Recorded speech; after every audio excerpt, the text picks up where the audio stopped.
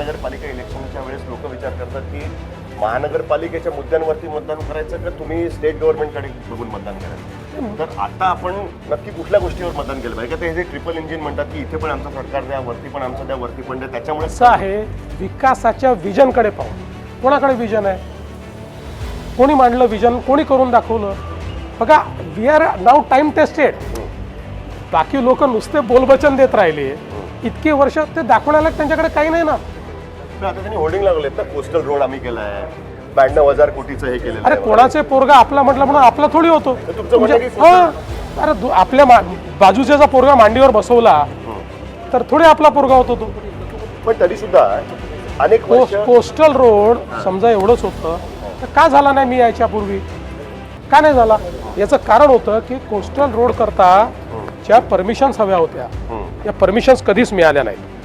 मी स्वतः 5 बैठका घेतल्या कोस्टल रोड करता केंद्र सरकारमध्ये, आणि सगळे अधिकारी होते, त्यांना माहिती आहे कशा प्रकारे नॅव्हिगेट केलं.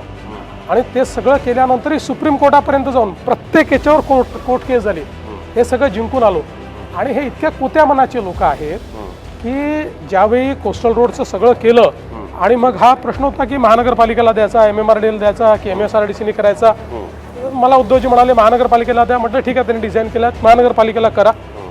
आणि मग एक दिवस अचानक सकाळी मला न सांगता उद्धवजीने त्याचं भूमिपूजन करून टाकलं. काही म्हटलं नाही. तुम्ही एकत्र सरकारमध्ये हो, आता मी मुख्यमंत्री, ते कुठल्याही पदावर नव्हते, नॉट ऑन एनी कॉन्स्टिट्यूशन होते, त्यांना अधिकारही नव्हता. तरीही विकासामध्ये राजकारण करायचं नाही. मी म्हटलं, मला कमिशनरने सांगितलं की साहेब काय सांग, तुम्ही परत करणार असाल तर आमची तयारी आहे, कारण हे त्यांनी त्यांचा हे होता त्यांनी करून टाकलं.